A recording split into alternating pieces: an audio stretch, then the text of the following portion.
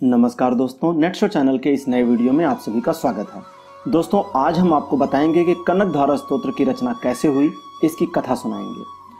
कनक का अर्थ होता है सोना या स्वर्ण और धारा का अर्थ होता है बरसना। इस प्रकार से कनक धारा का पूरा अर्थ हुआ सोने की वर्षा और कनक धारा स्तोत्र का अर्थ हुआ सोने की वर्षा कराने वाला स्तोत्र। इस स्तोत्र की रचना भगवान आदि शंकराचार्य ने उस समय करी थी जब वे मात्र 12 वर्ष के थे। शंकराचार्य 8 वर्ष की छोटी सी उम्र में ही संन्यास ग्रहण कर चुके थे और 12 वर्ष की आयु तक वे आचार्य भी बन चुके थे। तो हुआ यह कि एक बार शंकराचार्य भिक्षा मांगने निकले तो ऐसे घर के द्वार पर पहुंच गए जहां पर रहने वाले लोग अत्यंत गरीबी में, अत्यंत निर्धनता में दिन काट रहे थे।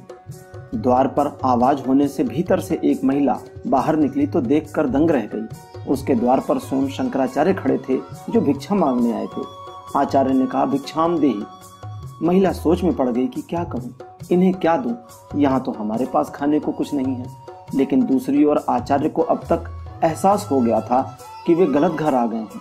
उन लोगों की दशा देख करके लग रहा था कि उनके पास आचार्य को देने के लिए कुछ भी नहीं है।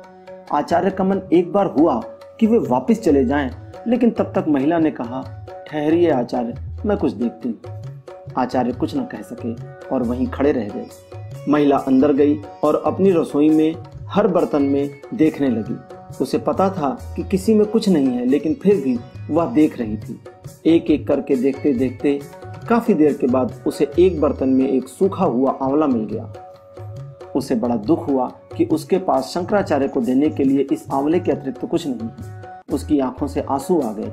उसने अपने आंसू पोंछे और आंवला लाकर शंकराचार्य को देते हुए बोली, हे आचार्य, मुझे क्षमा करिए, हम पहले से बहुत गरीब और दयनीय स्थिति में हैं। हमारे पास आपको देने के लिए इस सूखे आंवले के अतिरिक्त और कुछ नहीं है। शंकराचार्य ने आंवला हाथों में लिया और माथे से लगा लिया। अब तक वे भीतर तक करुणा भाव से भर चुके थे। उनकी हालत शंकराचार्य से देखी नहीं गई। उन्होंने आंवला हाथ में लिए लिए ही माता लक्ष्मी को स्मरण किया और एक के बाद एक 18 श्लोक शंकराचार्य के मुख से निकलते चले गए। अंतिम श्लोक की समाप्ति पर माता लक्ष्मी साक्षात उनके सामने आ गईं और अपनी मधुरतम वाणी में बोली, मुझे कैसे स्मरण किया आचार्य? क्या आप धनपति होना चाहते हैं? लक्ष्मी माता की इस ठिठोली पर आचार्य मुस्कुराए, लेकिन उन्होंने उत्तर दिया, माता, मैं धनपति कैसे हो सकता हूँ? मैं तो साधारण सा सन्यासी हूँ, भिक्षा मांग कर खाता हूँ, आपकी स्तुति करता हूँ। उनकी बात पर लक्ष्मी मुस्कुराने लगी। उन्होंने आगे पूछा, यदि धन नहीं चाहिए तो मुझे बुलाने का क्या प्रयोजन है? तब शंकराचार्य ने कहा, हे माता, आज मुझे जिस घर से भिक्षा मिली है ये लोग बड़े निर्धन हैं। इन पर कृपा करें और इन्हें धन का आशीर्वाद दें। लेकिन लक्ष्मी माता ने अपनी असमर्थता जताई और कहा कि शंकर, इनके पूर्व जन्म के पाप इतने अधिक हैं कि इन्हें इस जन्म में धन की प्राप्ति नहीं होगी, यही विधान है। इसीलिए ये लोग ऐसा जीवन भोग रहे हैं। कुछ और चाहिए तो कहो। शंकराचार्य ने अपने हाथ में लिए हुए सूखे आंवले को माता लक्ष्मी को दिखाया और बोले, हे माँ, मुझ जैसे भिखारी ब्राह्मण को जो रोज भिक्षा मांगकर खाता है, इन लोगों ने इस भिखारी ब्राह्मण को एक सूखे आंवले का महादान किया है। इस महादान के बदले इन्हें जितना पुण्य मिला है, मुझे लगता है अब इनके पाप नष्ट हो चुके हैं। आपकी कृपा तो होनी ही चाहिए। शंकराचार्य का करुण भाव देखकर माता लक्ष्मी प्रेम विभोर हो गईं। उन्होंने आचार्य के हाथ से आंवला लिया, उनके सिर पर हाथ फेरा और करुणामयी स्वर में बोली, शंकर, तुम्हारी करुणा ने मेरा हृदय जीत लिया। आज से जो भक्त मेरी पूजा में आंवला रखेगा उस पर मेरी कृपा सदा बनी रहेगी और बिना आंवले के मेरी पूजा भी अधूरी ही मानी जाएगी। मेरे जाने के बाद इन लोगों के घर सोने की वर्षा होगी और तुमने जिस स्तोत्र का पाठ किया इसे आज से कनक धारा स्तोत्र के नाम से जाना जाएगा।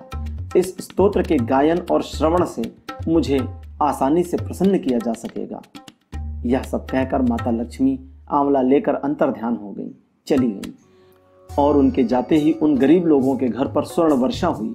आचार्य शंकराचार्य के द्वारा रचित 18 स्तोत्रों को कनक धारा स्तोत्र इसीलिए कहते हैं क्योंकि इस स्तोत्र के पाठ से माता लक्ष्मी ने स्वर्ण वर्षा करी थी।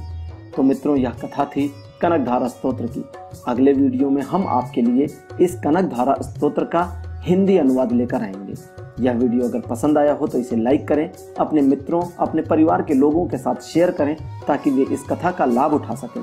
अपने सुझाव, अपने अनुभव आप कमेंट सेक्शन में लिख सकते हैं। इस चैनल को सब्सक्राइब करना मत भूलिएगा।